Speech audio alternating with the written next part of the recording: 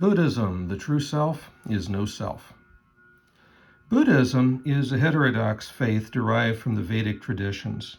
Buddhism began as a critique of Hinduism, in much the same way that Protestantism was a critique of Catholicism. The Buddha felt that the original teachings of the Vedas had been corrupted by humans for his own purposes. In some instances, such as the caste system, this corruption and complaint was genuine. But Buddhism was a faith that was devoid of authority and tradition, which is why the Buddha says, "Be lamps unto yourselves." The Buddha argued that the Vedas may contain great wisdom, but one should not act just because the Vedas say to do something. And we certainly shouldn't act just because someone says this is what the Vedas say. It's the job of each individual to understand on his own and to act in his own way and according to his own way. Historically, Buddhism begins with a figure called Siddhartha Gautama, who lives from 563 to 483 BCE. He was born to the Sakya clan of Nepal, and his father was a great king or feudal lord with great wealth. According to legend, Siddhartha's father had a fortune teller examine him when he was born, and this fortune teller says that the boy has two paths open to him. If he remains in the material world, he will become a great universal king. He will temporarily end the warfare and heal the land. But if he lets go of this and he seeks a spiritual path, then he will become the savior of all mankind. Well, of course, upon hearing this, his father wanted to push him towards the material world. I mean, spiritual things are all well and good, but he hears his son is going to be the great universal king, uniting together the warring lands and the warring factions. That's what he wants for his son. And so he raises Siddhartha and trains him for kingship in position. His father did a lot of things to try to keep him attached to the material world. But yet Siddhartha became intrigued and curious about what else is out there. And one day he has this desire to travel and to see what there is. And he tells his carriage driver to go in a different direction than they normally go. And they come across, he says, stop, I want to get out, I want to walk for a bit. And he gets out and he walks and he comes across what becomes known as the four sights of Buddhism. The first thing he comes across is described as a decrepit, broken-toothed, gray-haired old man. And from him, he learns of old age. Siddhartha had been shielded all of his life from seeing those who had reached the age of maturity in that respect. And so it kind of came as a shock because he saw this man in great pain and great suffering simply because of his age. Now, after he walks on a little while longer, he comes across a second man, this one considerably younger, but he's also suffering tremendously because he's racked with disease. And so from this, Siddhartha learns about suffering. Suffering is something that can afflict anyone at any time, no matter what age, no matter what social class. And having seen these two disturbing sights, he walks on a little further, and he comes across a corpse. Now, many people might find this shocking to see a corpse laying on the side of the road, but for Siddhartha, it was actually a sense of peace, a sense of calm. And from that corpse, he learns about death and release from suffering. Because that corpse, it's not suffering. It feels no pain because it's let go of the material world. And he walks on a little bit further, and he finally comes to the fourth sight, which is described as a monk with an ochre robe, a shaved head, a begging bowl. And from him, he learns about the life of withdrawal from the world. He learns about the ascetic life. Now, Siddhartha is going to take these thoughts with him as he travels back to the carriage and back to the palace. And he ponders on them, and he makes a decision. He gets up in the night, and he leaves his family. He leaves his home. And he goes wandering for 40 days through a wilderness. He ponders. And he goes off and he does something that no one is supposed to do. He lives in all four castes. He lives with individuals and follows the life of those individuals. At one point, though, Siddhartha is going to come to this point where he's feeling that it's close. It's coming. It's close. Now, Siddhartha is going to take up with a group of ascetics at one time who tell him to renounce the material things. They're practicing basically Raja Yoga. And he says that during this time frame, he lived on as little as 5 grains of rice a day. You know, we're used to seeing Buddha as being this jolly, happy, fat figure, but there's also an image known as the emaciated Buddha. And that comes from this time period, that time of great suffering and renouncement. He realizes in the end that, well, actually, this doesn't bring enlightenment. It doesn't bring peace. This ascetic lifestyle just brings more suffering into a world that's already full of suffering. So he leaves that behind, and he thinks more, he ponders more, and eventually he comes to this belief: I'm right on the verge of knowledge. I'm right on the verge of enlightenment. And so he sits down under what's called a Bodhi tree. Bodhi means enlightenment. And he says, I'm not going to move from this spot until enlightenment comes. And sure enough, he enters into a state of samadhi, which is undistracted mind, a trance state. And he does something else that nobody is supposed to ever do. And that is, he transcends into a state of nirvana, but then comes back again. Once a person leaves this realm of samsara behind and enters into nirvana, that's supposed to be it. But Siddhartha comes back. And this is where the concept of a bodhisattva is going to come from. A bodhisattva, like the Dalai Lama, is somebody who could attain enlightenment, who could leave this world of suffering behind, but chooses to come back into the world because they have a mission, they have a purpose. And that's what Siddhartha saw that he had. Remember the prophecy. He is going to become the savior of mankind. He can't do that if he's dead. And so he comes back and he begins a 45-year-long mission in which he teaches this knowledge, this wisdom that he has acquired. He will establish monasteries. He will spread this message all throughout the Indian subcontinent. Now, his first sermon is known as the Sermon at Benares. And within it, he teaches 2 things, basically. One is what we call the Four Noble Truths. The other is the Eightfold Path.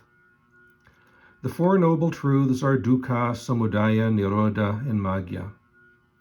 Dukkha is the idea that all is suffering. Everything in this material world is suffering. It's explained that when an individual is born, they begin to grow within the mother's womb.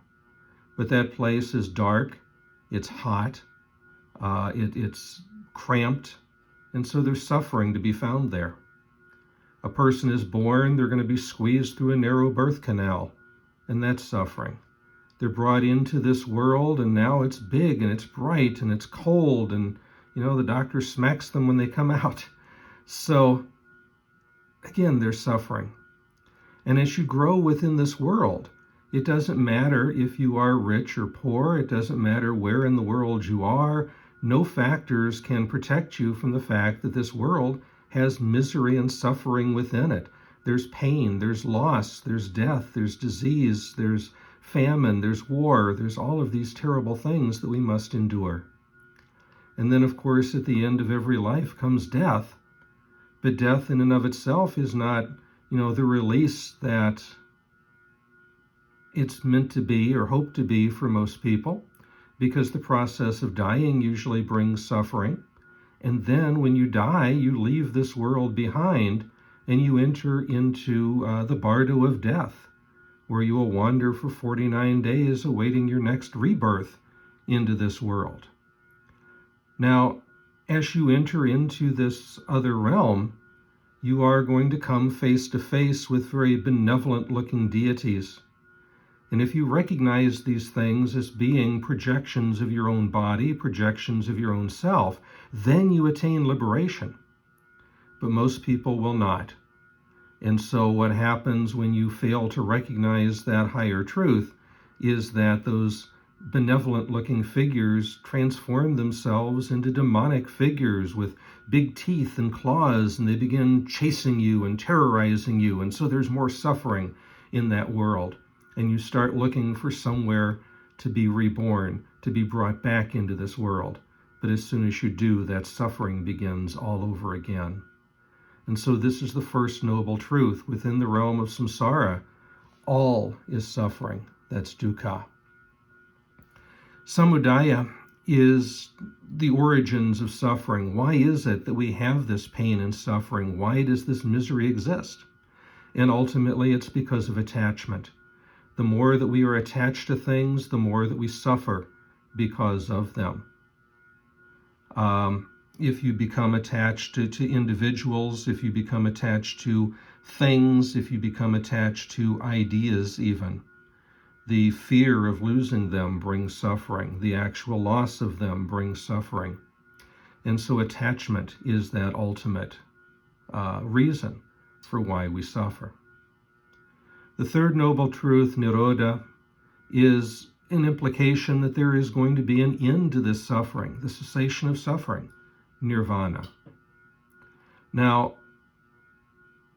what would imply, or what would bring this suffering? Well, it would or what would end this suffering, rather?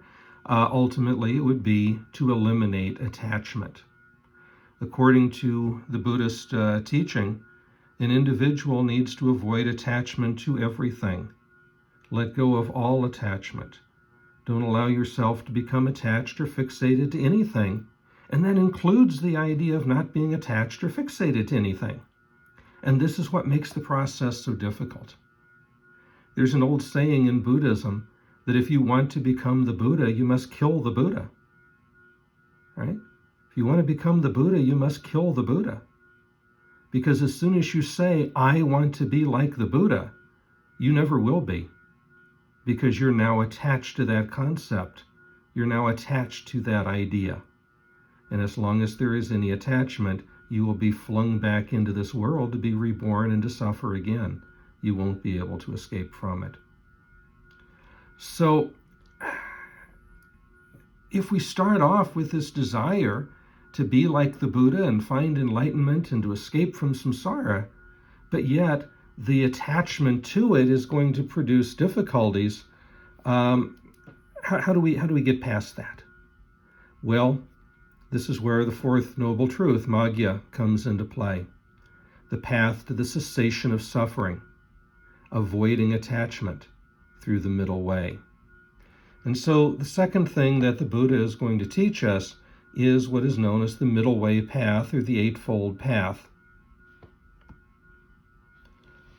And I've divided it up into sections. So the first two are going to fall under the heading of what I would call wisdom. And so we have right view or understanding, or right aim and intention. Right view, right understanding means knowing and understanding the Four Noble Truths. Ultimately, you have to know them, what the Buddha has taught, and to understand them, to embrace them, not just in words that can be recited back, but in genuine belief. Right aim, right intention is to let go of your wants, let go of your desires, act with a sense of kindness to try to avoid hurting anyone or anything. The next three deal with ethical actions, ethical content. And so we have right speech, right action, and right livelihood. Right action would imply, right speech would imply speaking always with truth, with compassion, with wisdom. Speak kindly, speak wisely, and always be honest in everything that you do. Never deceive. right action, making sure that you're acting morally towards others and avoiding any types of activities that could do harm to others, like cheating or stealing from them. Right livelihood. We can earn a living through positive activities that don't cause bloodshed, that don't cause harm towards other things. Since we do live in a material world and we do have to work to provide for ourselves, make sure that what you're doing is not something that's going to do harm towards anyone. And the last three fall under the category of mental discipline: right effort, right mindfulness, and right concentration. With right effort, we have to encourage and develop positive thoughts in order to keep ourselves to the path. It's difficult, to constantly reject all attachment to all things. It's not an easy process. And so sometimes we can lose our way. Sometimes we can want to throw up our arms in defeat. And so you need right effort to encourage this type of activity, to make sure that you hang in there. Right mindfulness, being aware of thoughts and activities that affect the world both now and in the future. Remember that even though you are aiming towards your liberation, there's no guarantee it's going to happen. You could be reborn into this world time and time and time again. And even if you don't get reborn and you do find enlightenment, there are still countless billions of people who are going to come after you. And so you need to make sure that you're thinking not just about what is in your interest now, but what is in the best interest of the future. And finally, right concentration, which implies a peaceful state of mind arising from the correct practices of the Eightfold Path. And so if we get on this Eightfold Path and know the Noble Truths, then we can put ourselves on a path towards enlightenment. But it's somewhere along the way. You have to be able to let go of that. Of course, you're going to start off by thinking, I must know these truths, I must act in this way, I must do these things. But eventually they must simply become ingrained within you. They must become simply part of how you act and how you behave, so that you're not thinking about it, so that it's not a goal anymore. And that's when it will happen. That's when enlightenment will come. Within Buddhism, there is a concept called the three jewels or the three refuges, and these form a sort of mantra that individuals will recite. I take refuge in the Buddha, I take refuge in the Dhamma, I take refuge in the Sangha. Recognizing that while you are on this lone path, you're not alone. You take refuge in the Buddha, the Enlightened One. He has gone before you. He has left this wisdom for you, and it is up to you to figure out how to use it. You can take refuge in the Dhamma, the moral teachings that he left behind about how we should interact with those around us. And take refuge in the Sangha, the monastic community, those individuals who have devoted their life to living this way, to keeping up with the teachings of the Buddha and promoting those teachings. Look to those people for guidance. Within every tradition, you have this idea that we need role models, people who have done it so that we can see how it's done. And so you're not alone. And that's what the three jewels remind us. There is a concept within Buddhism known as the wheel of samsara. And the wheel of samsara, of course, our continuous life cycle of being born, living our lives, dying, being reborn, on and on. But that wheel of samsara tries to explain this basic process. And you'll notice the image there. You have a Tibetan deity known as Ram, not the Ram from the Ramyan, but this is a different figure. And he is holding this wheel of samsara. And so within it, you'll notice that there are images along the outside, right through here. There's 12 of those. And then there are 6 of the larger images in between. And then there's this central figure. That central figure is sort of like a yin-yang stylized so that it implies the idea of a unity of opposites. The larger images that you have there, the upper three represent a sort of heavenly type of image, the lower three more of a hellish type of image. But what I want to point out to you is this notion of what is around the outside edges, those 12 images. Because those 12 images along the outside show this notion of causality.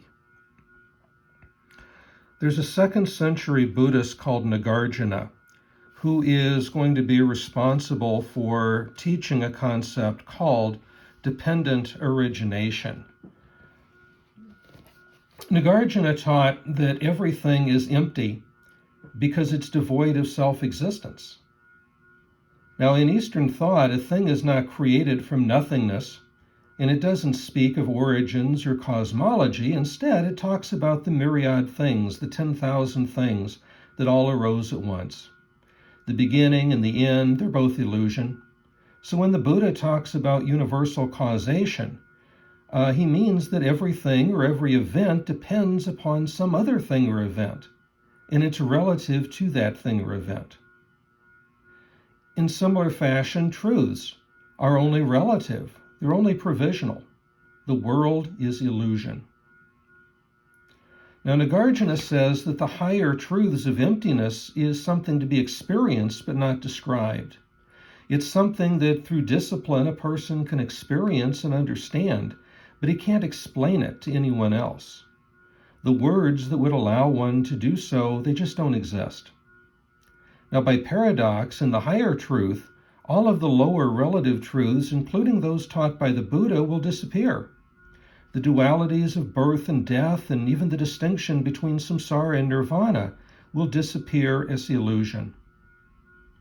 If we experience emptiness, we transcend that illusion of the self and we find the true self. And that true self is no self. We find the true mind, and that true mind is no mind. But once a person has found this, they have found contentment. Now, the wheel of samsara helps us to explain this concept of dependent origination, because when we consider the images around the side, right, the first one basically tells us that because of ignorance we suffer. And then, because of ignorance and suffering, there arises a will to action. And because there's a will to action, there's consciousness. And because of consciousness, we have psychophysical existence. And because of psychophysical existence, we get the 6 organs of sense. And because of the 6 organs of sense, we have contact. And because of contact, we have sensation. And because of sensation, there is craving. And because of craving, there's attachment. And because of attachment, there's becoming or worldly existence. Because of becoming, we have birth. And because of birth, there is decay, grief, lamentation, physical suffering, dejection, despair. All of these horrible miseries that we're trying to escape from occur because we are born. Now, the point that this is trying to get across is the fact that we can sort of analyze a sort of causality like we were doing there, right? This leads to this, which leads to that, and so on. But the reality is that all of those things are happening simultaneously. It's not, that, first there's nothing, and then all of a sudden ignorance comes into existence. And because of that ignorance, now there's action. And because of action, there's consciousness. We can talk about it that way for explanatory purposes to help us see that link, to help us see that connection. But that is really part of the illusion of the world. Because when it comes down to it, all of those things simply pop into existence at once. Even when we talk about the distinction between samsara and nirvana, those two things, which are considered so important within the Buddhist literature, they too are illusion. The only reality is sunyata. Sunyata, emptiness, non-existence. That's what exists. That's what is real. And everything else emerges somehow out of that non-existence. And again, it all comes into being. It all comes into existence at once. And we try to impose a sense of order upon it. And it creates illusion. And we get bought up in this illusion.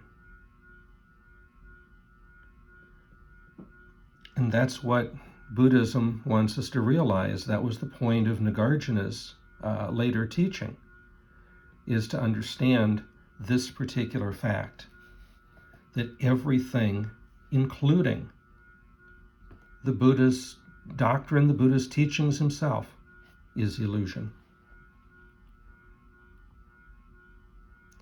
Now, Buddhism is going to divide itself, like many traditions, into various sects. And there are two major ones. We have Theravada, which unfortunately looks like the picture has covered it on this screen. But Theravada, which means teachings of the elders. The Theravada sect is found primarily in Sri Lanka and southern India. And Theravada means teachings of the elders. It is a tradition that wants to remain as close as possible to the original teachings of the Buddha. But then the other major sect we have is called the Mahayana tradition. Mahayana means great vehicle. This is the evangelical side of Buddhism, which is going to take itself beyond the borders of India to all other parts of the world. And of course, as we've seen already, anytime that you take a tradition from its original homeland into a new territory, it is going to alter, it's going to change. And so this Mahayana Buddhism is clearly the larger vehicle for spreading Buddhism, but it does mean that Buddhism alters, it changes, and looks a little bit different in some parts of the world than it does in others. Now, under Mahayana Buddhism, therefore, there are a lot of different types of Buddhisms, and two I want to mention here briefly are Zen and Tibetan. Zen Buddhism, a lot of people think of that as a Japanese tradition. It actually began in China and later moved to Japan. But it means to move beyond words.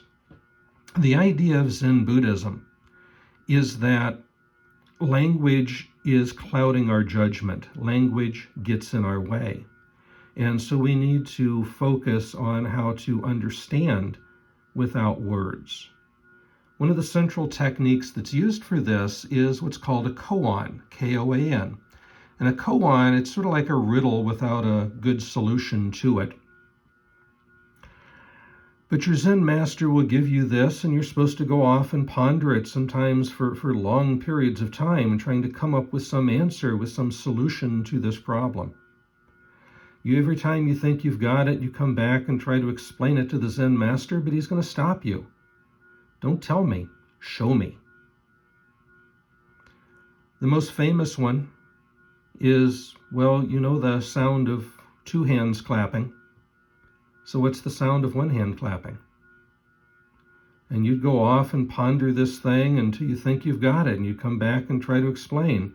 And as soon as you open your mouth to explain, the Zen master says, no, don't tell me, show me. And, again, who knows how long, sometimes years, a person will spend on a single koan.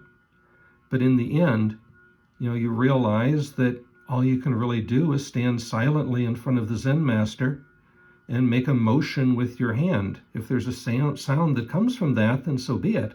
That's what the sound is, nothing else. My favorite koan, the Zen master says, show me your real face, the one you had before your parents were born. And you think, well, what kind of face could you possibly have before your creation, before even your parents were brought into existence? And again, you go off and try to ponder it, come up with some grand solution, try to explain it, but you'll be stopped. Don't tell me, show me.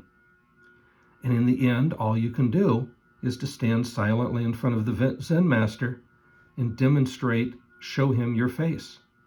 Because whether it's now, before your parents were born, 1,000 years in the future, your face is your face. The point of this is that when you're given that koan, everything else gets cleared away out of your mind because you're so focused upon this one thing. And when you realize what that simple solution is, then that too will disappear. And now your mind is empty. Your mind is not distracted by words. Now there is no attachment. Now you're ready for liberation.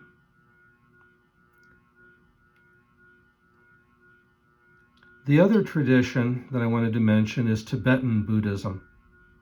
Tibetan Buddhism, as the name implies, is that surrounding the nation of Tibet.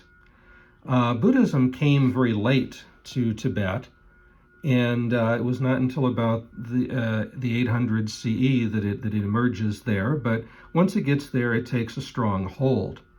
But Tibet was such an isolated region that it begins to develop in its own fashion, in its own way. And it's in Tibet that the concept of the Dalai Lama comes into play.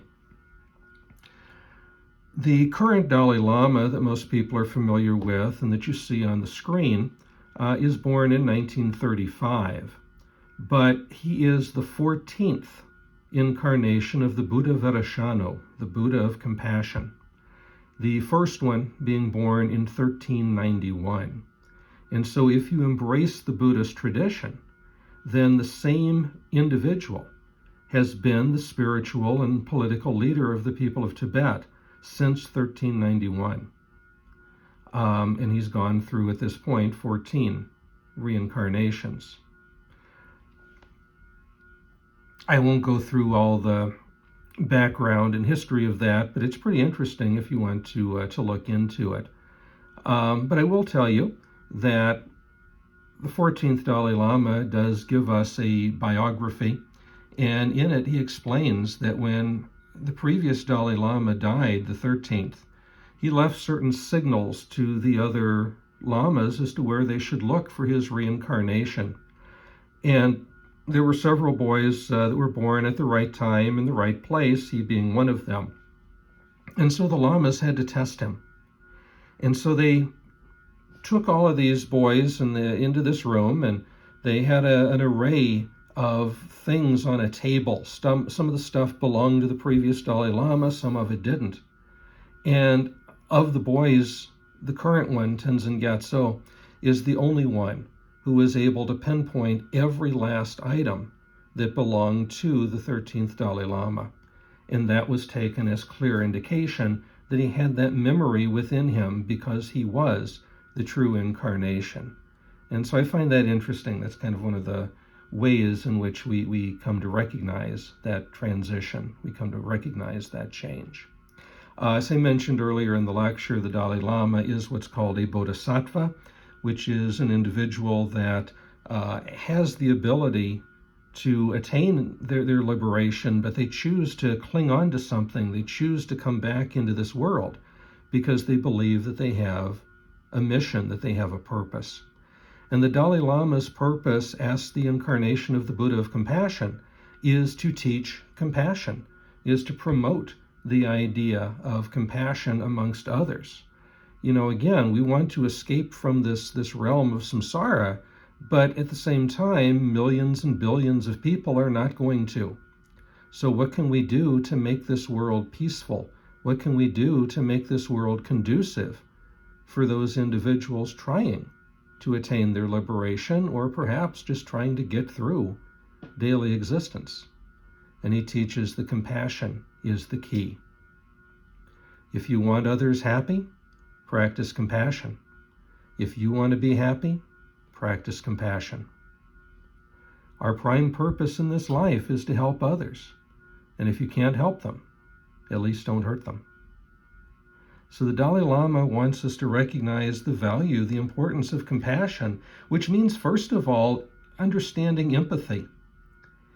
you have to put yourself in the position of other people. You have to understand where they are coming from and to feel their suffering.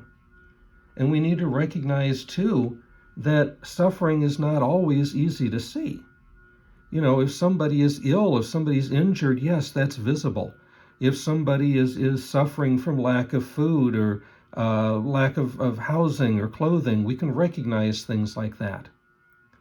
But there are other types of suffering that are going on that we don't recognize, because to many of us it looks like a positive thing.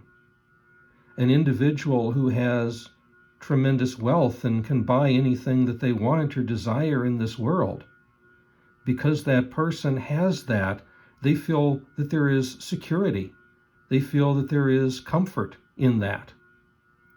But this is actually a hidden form of suffering for a couple of reasons. First of all, a person who has all of those things is going to be concerned about maintaining them, keeping them, seeing them grow, making sure that they're not stolen or taken away from them in any way. And so that brings an element of suffering. But more importantly, for the Dalai Lama, is the fact that an individual who lives like that is probably not focused upon leaving this world behind because they don't realize that they are suffering. And so it's going to make their ultimate liberation that much more difficult. It's going to make things that much harder for them.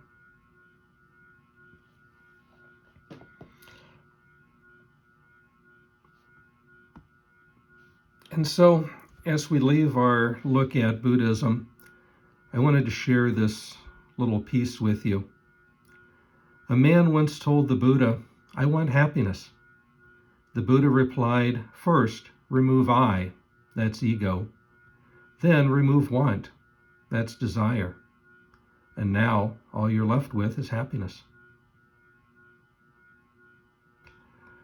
On the surface, again, it seems like a simple linguistic issue.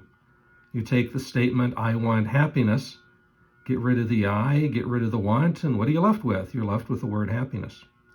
But metaphysically, we would find through Buddhism that this is the simple formula for genuine happiness to be found. Get rid of the sense of ego. Stop thinking about the self as an individual being with its own wants and desires, and get rid of those wants and desires. Get rid of those attachments. And once you've let go of all attachment, then you can find happiness, because there's no longer any suffering or worry or anxiety or anything of that nature. And so ego and desire are the true things that are trapping us in the world of suffering, and it's what's causing that suffering. And that is, in a heartbeat, really what the Buddhist teaching is all about.